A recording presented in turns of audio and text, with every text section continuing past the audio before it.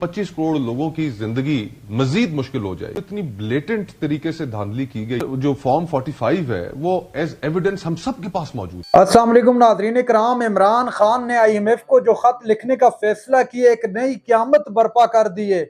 तकरीबन तमाम सीटें जो तहरीक इंसाफ जिनका मुतालबा कर रही है वो सब वापस करनी पड़ेंगी।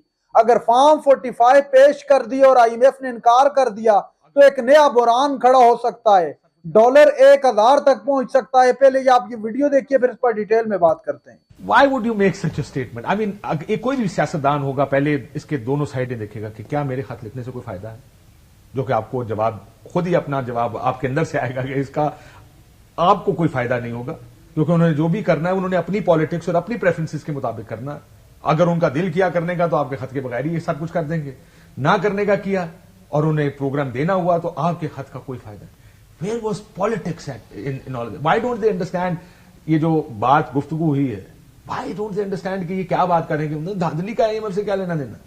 अगर एक लफ्ज में इस स्टेटमेंट को उनकी डिस्क्राइब किया जाए तो मेरे ख्याल से हाईली इररिस्पॉन्सिबल, गैर जिम्मेदार, बहुत गैर जिम्मेदार।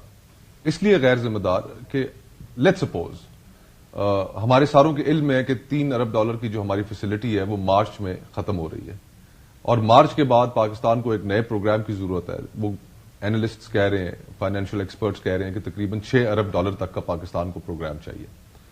और वो इसलिए चाहिए कि आपको अपनी जो इकोनॉमी है उसको ना सिर्फ स्टेबलाइज करने के लिए बल्कि इस मुल्क के अंदर जो 25 करोड़ लोग हैं जिनकी जिंदगियों को हम इस मुल्क की जो अशराफियां हैं जो बर्बाद कर चुके हैं कि आज उनके लिए ये मुश्किल हो चुका है कि वो अपना महीना कैसे गुजारें, अपना हफ्ता कैसे गुजारें, अपना दिन कैसे गुजारें। तो हम अपनी गलतियां तो ठीक करने की तरफ तवज्जो दे नहीं रहे। जब तक हम वो नहीं देंगे तो मैशत को हम नहीं संभाल पाएंगे। 25 करोड़ लोग उसकी कीमत अदा करते रहेंगे और एक ऐसी स्टेटमेंट देना कि जिसके नतीजे में आपको पता हो कि उन 25 करोड़ लोगों की जिंदगी मजीद मुश्किल हो जाएगी। अगर खुदा ना खास्ता, अगर वो आपकी बात मान लेते हैं, अगर खुदा ना वो कहते हैं हम प्रोग्राम नहीं देते तो होगा क्या? अगर हम इसके नतायज समझ लें। अगर डिफॉल्ट, जी हाँ, डॉलर कितने पे जाएगा? डॉलर पर 1000 तक भी क्रॉस कर सकता है। और जिस इलेक्शन की हम बात कर रहे हैं बिल्कुल फेयर इलेक्शन होना चाहिए। ये देखें, इससे कोई एतराज नहीं किसी को कि कोई अपनी कैंपेन चलाए कि उनको लगता है कि इलेक्शन में धांधली हुई है, फेयरनेस आनी चाहिए, तहकीकात होनी चाहिए, लेकिन इसके नतीजे उन्होंने सोचे कि इसका नतीजा क्या निकल सकता है। मेरा यह ख्याल है कि 25 करोड़ लोगों की जिंदगी को बिल्कुल डिसरिगार्ड कर देना और इस चीज को बिल्कुल खातिर में ना लाना कि उनके ऊपर क्या गुजरेगी अगर मुल्क डिफॉल्ट करता है, पैसे नहीं मिलते।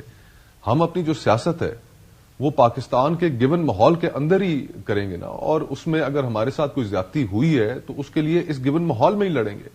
और यहां पर हमारे यहां फोरम्स मौजूद हैं। मैं समझता हूं कि वो फोरम सारे के सारे सीरियसली कॉम्प्रोमाइज्ड हैं। इलेक्शन कमीशन कॉम्प्रोमाइज्ड है, सुप्रीम कोर्ट से इंसाफ की तवक्को नहीं है, अदालती निजाम हमारा इंसाफ देने में नाकाम रहा है और खुसूसन इलेक्शंस के हवाले से जो रिप्रेसिव एनवायरमेंट रहा है उस रिप्रेशन में भी रिलीफ नहीं दिया गया। तारीख भी अच्छी नहीं है कि लोग ट्रिब्यूनल्स में गए हों और उनको अच्छे और जी हाँ, इंसाफ मिला हो। इस चीज पे 5-5 साल केसेस, हालांकि 120 दिन की शर्त है। हाँ, अब लेकिन वो शर्त भाई, भी माननी है नहीं माननी ये फैसले भी खुद ही करते हैं। अब तो इतनी ब्लेटेंट तरीके से धांधली की गई है कि उसमें मैं खुद एक हल्के से इधर इस्लामाबाद से 2 हल्कों से उम्मीदवार था और आर्टिकल जो फॉर्म 45 है वो एज एविडेंस हम सब के पास मौजूद है, सिर्फ मेरे पास नहीं।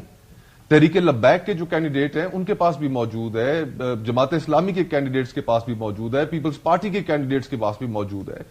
तो गुजारिश ये है कि हम बात ये जो कर रहे हैं ये हम एविडेंस की बुनियाद पर सबको नजर आ रहा है, चीफ इलेक्शन कमिश्नर को नहीं नजर आ रहा। और मुझे तो इस चीज का भी अफसोस है कि अगर सुप्रीम कोर्ट के ऐन नाक के नीचे जिस हल्के के अंदर सुप्रीम कोर्ट के जजेस की कॉलोनीज हैं जिनके अंदर उनकी अपनी रिहायश गाहें हैं, उस हल्के के अंदर अगर ये हो सकता है तो बाकी मुल्क के अंदर क्या हो रहा होगा।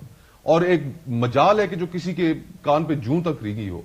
तो हम ठीक है, ये सारे हमारी ग्रीवेंसेस हैं, लेकिन हम इन ग्रीवेंसेस के लिए जो फोरम्स इस्तेमाल करेंगे वो अपने यही करेंगे और ये नहीं सोचेंगे कि यार कि अगर हमारी बात नहीं सुनी जा रही तो हम पूरे मुल्क का जो एक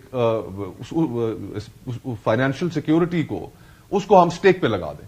तो ये मेरे ख्याल से बहुत ही इररिस्पॉन्सिबल उन्होंने अपनी स्टेटमेंट दी है। नाज़रीन कराम, आपने वीडियो देखी।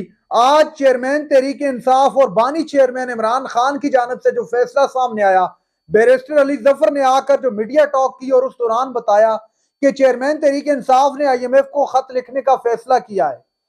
नाज़रीन इकराम, ये खबर आते ही मुल्क में एक नई हलचल सी मच गई, क्योंकि ये बखूबी आप जानते हैं, मुस्तफ़ा नवाज खोखर ने भी बताया कि इस्लामाबाद के अंदर जो 3 हल्के जो तहरीक इंसाफ जीत चुकी थी, वहां पर बड़े बड़े मार्जिन से धांधली की गई। और वो उन एरियाज के अंदर धांधली की गई, वो एरिया है इस्लामाबाद जो कैपिटल है पाकिस्तान का, जहां पर जजेस जो फैसला करते हैं उनकी रिहायशगाहें भी वहां पर मौजूद है। तो वहां पर अगर इस तरह की धांधली हुई है तो बाकी मुल्क का आप खुद हिसाब लगा सकते हैं।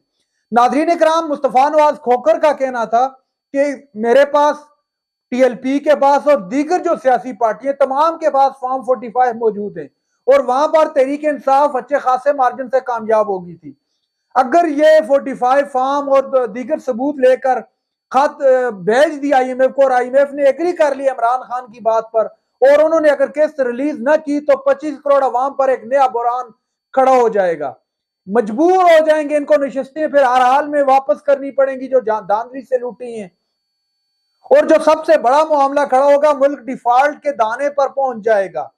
मुल्क डिफॉल्ट के दाने पर पहुंचेगा तो डॉलर जो है उसको पर लग जाएंगे, 1000 रुपए तक डॉलर पहुंच जाएगा। ये बहुत बड़ा और एक हिला देने वाली न्यूज है जो आज बैरिस्टर अली जफर ने जो अडयाला से मुलाकात के बाद आकर पूरी अवाम को बताया कि इमरान खान बिल्कुल रेडी बैठे हैं और आईएमएफ को खत लिखने वाले हैं। और इंटरनेशनल बरादरियां जो मॉनिटर करती हैं ये सारी चीजें, इससे पहले भी आपने देखा कि बरतानिया कर लें, यूरोप कर लें, अमेरिका कर लें, सब ने बात की कि मुल्क के अंदर साफ और शफाफ इंतखाबात पर बहुत सारे सवालिया निशानात हैं। तो अभी ये मामला मजीद गंभीर होने की तरफ बढ़ रहा है जो दिखाई दे रहा है।